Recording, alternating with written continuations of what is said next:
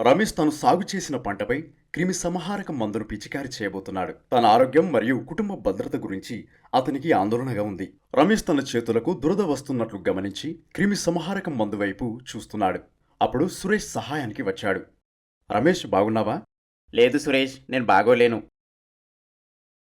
ఈ క్రిమి సంహారక మందును చేతితో పట్టుకున్న తర్వాత నా చేతులకు దురద మొదలైంది. ఇది క్రిమి సంహారకం మందు వలన అయ్యుండొచ్చని అనిపిస్తుంది.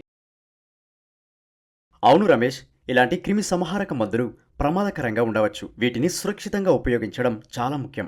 సరైన విధానాన్ని నేను నీకు చెబుతాను. సరే, ధన్యవాదాలు. క్రిమి సంహారక మందుల విషపూరిత స్థాయి వేర్వేరుగా ఉంటుంది. ఇవి మందు డబ్బాలపై రంగులతో గుర్తించబడతాయి.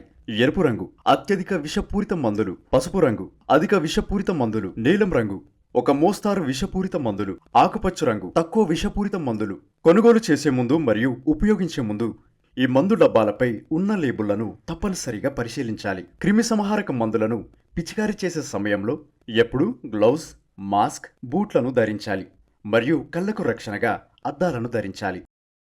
నేను కొంత సమయం మందును పిచికారీ చేసినా మాస్క్ పెట్టుకోవాలా? అవును, రక్షణ దుస్తులను ఎప్పుడు ధరించాలి. తక్కువ సమయమైనా హానికరమే. క్రిమి సంహారక మందుల వాడకంలో ఈ జాగ్రత్తలను తప్పనిసరిగా పాటించాలి. స్ప్రే ట్యాంకును నింపేటప్పుడు ఎప్పుడూ శుభ్రమైన నీరు మరియు ఫెనెల్ను ఉపయోగించాలి. బహిరంగ ప్రదేశంలో చెక్క కర్రతో మందులను కలపాలి. మందు డబ్బాలపై సూచించిన మోతాదును ఖచ్చితంగా పాటించాలి. స్ప్రేయర్లో లీకేజ్ లేకుండా చూసుకోవాలి మరియు సరైన పరిమాణంలోని నాజిల్ ఉపయోగించాలి. పత్తి, మొక్కజొన్న, కంది మరియు చెరుకు వంటి 4 అడుగుల కంటే ఎక్కువ ఎత్తున్న పంటలకు ఎక్స్టెన్షన్ రాడ్ లేదా పైపును ఉపయోగించాలి. ఇవన్నీ గుర్తుంచుకుంటాను. ఇంకేమైనా ఉందా? ఎప్పటికప్పుడు మందు ద్రవణంను తయారు చేసుకోవాలి.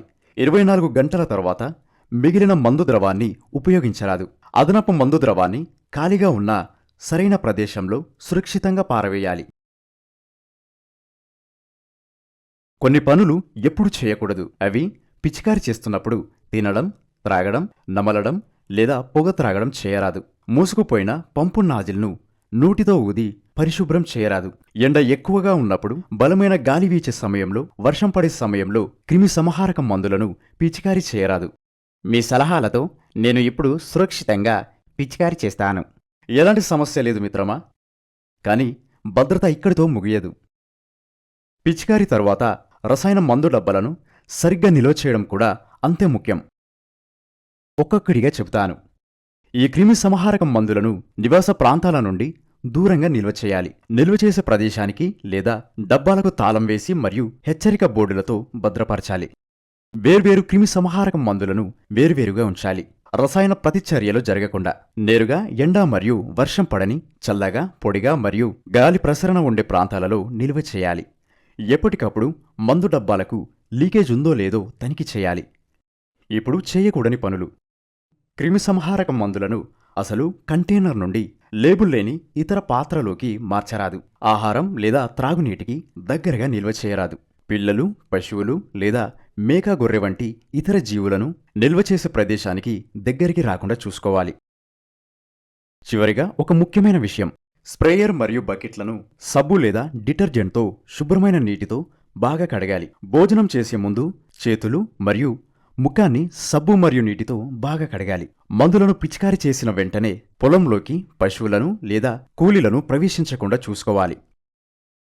మీ సహాయంతో ఇప్పుడు క్రిమి సంహారక మందులను సురక్షితంగా పిచికారీ చేయడం నాకు పూర్తిగా తెలిసింది. కానీ నేను ఈ రసాయన మందుల ప్రభావానికి గురైతే అది ఎలా గుర్తించాలి?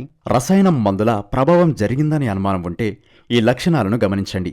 వాంతి భావన, తలనొప్పి, కడుపు నొప్పి, వాంతులు, శ్వాస తీసుకోవడంలో ఇబ్బంది, దురద, ఛాతిలో బిగుతు, అధికంగా చెమట పడడం, స్పృహ కోల్పోవడం లేదా కుదుపులు. విష ప్రభావ లక్షణాలు ఏమైనా కనిపిస్తే వెంటనే ప్రాథమిక చికిత్స అందించి ఆలస్యం చేయకుండా వైద్యుని సహాయం తీసుకోవాలి. ధన్యవాదాలు సురేష్.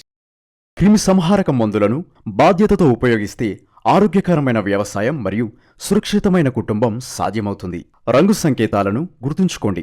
రక్షణ దుస్తులను ధరించాలి, సరైన మోతాదును పాటించాలి, రసాయనాలను సరిగ్గా నిల్వ చేయాలి మరియు అన్ని జాగ్రత్తలను అనుసరించాలి. అప్పుడు మీరు, మీ పంటలు మరియు పర్యావరణం సురక్షితంగా ఉంటాయి.